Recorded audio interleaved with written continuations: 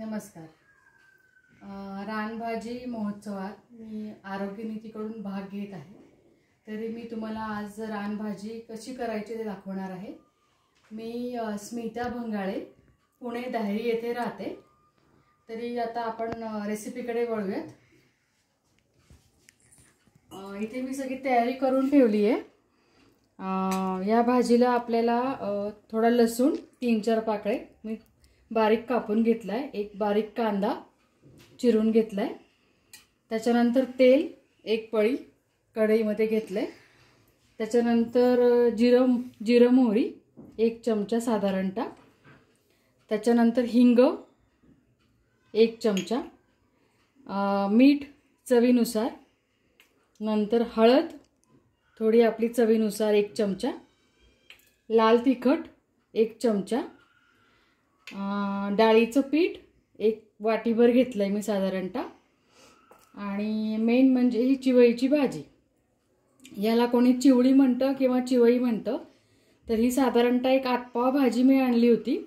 ही पूर्ण साफ करून त्याचे सगळे देठ आहेत ते एक्स्ट्रा काढून, माती वगैरे सगळं काढून स्वच्छ करून मी ही कापून घेतली आहे. तर आता भाजी कशी करायची ते आपण बघूयात. इकडे तेल तापत ठेवलंय मी. आता तेल थोडं गरम झालं की ह्याच्यामध्ये आपल्याला पहिले जिरं मोहरी घालायचे. तेल थोडं जास्तच घेतलंय मी, कारण डाळीचं पीठ असल्यामुळे ते थोडं जास्तच लागतं या भाजीला आणि चव पण चांगली लागते. तर साधारणतः 1 पळी वगैरे असं मी तेल घेतलंय इकडे.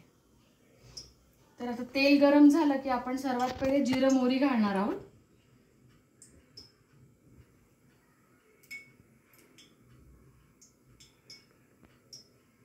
आता तेल गरम झालं का बघूयात आपण. अजून नाही झालंय.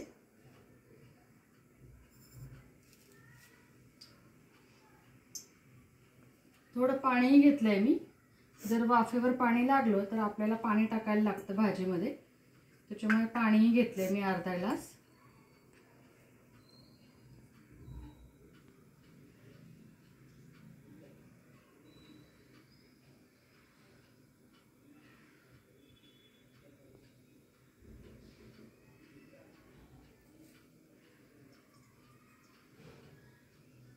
झालंय तेल आता गरम.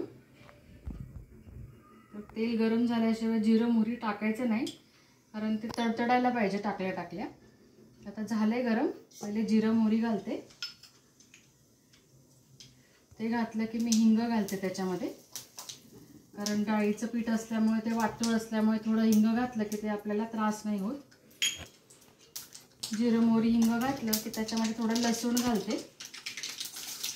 लसणाने चव चांगली येते.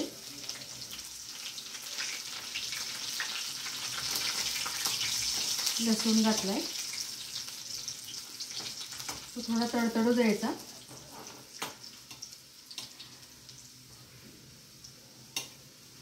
लसूण जरा होत आला की मग आपण कांदा घालूयात त्याच्यामध्ये. लसूण झालाय थोडासा लाल. मग आता 1 मोठा कांदा चिरलाय मी बारीक, तो घालायचा आपल्याला फोडणीला.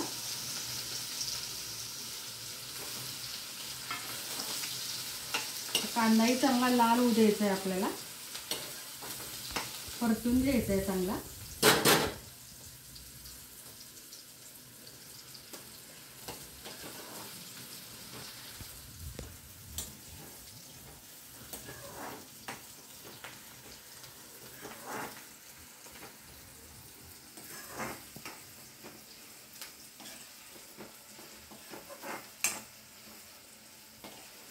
कांदा थोडा होत आला की ही भाजी पण टाकायची आपल्याला. ही पण थोडी वाफेवर शिजवून घ्यायची आपल्याला.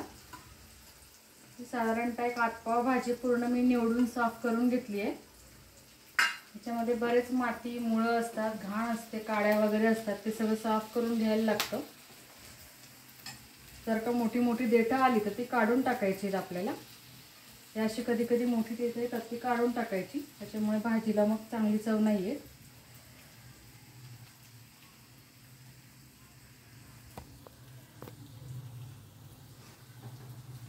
ही सुद्धा आपल्याला वाफेवर चांगली परतून घ्यायची आहे ह्याच्यामध्ये.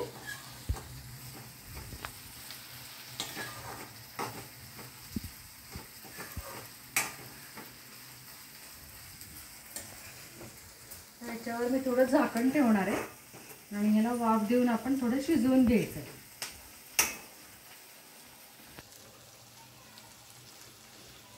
हे बघा, तुम्ही बघू शकता आता कांदा आणि भाजी पूर्णपणे शिजलेली आहे. साधारणतः एक 5 मिनिटं थोडं वाफेवर ठेवून आपल्याला थोडं शिजवून घ्यायचं आहे. पालेभाजी काय लवकर शिजते, कांदाच थोडा शिजायला वेळ लागतो. तर हे झालं आहे आता आपलं व्यवस्थित. आता ह्याच्यामध्ये आपल्याला थोडे मसाले घालायचे. याच्यामध्ये आपल्याला हळद घालायची आहे, ही आपण काढून ठेवलेली, साधारणतः 1 चमचा.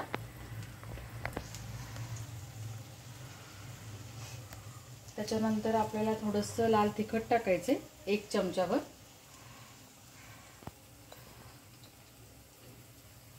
आणि थोडं चवीनुसार आपल्याला मीठ टाकायचं. मीठ थोडं कमीच टाकायचं, कारण पालेभाजीला थोडं कमीच लागतं, नाही तर मग ती खारट होते भाजी. हे सगळं टाकून आपल्याला परत परतून घ्यायचं आहे व्यवस्थित.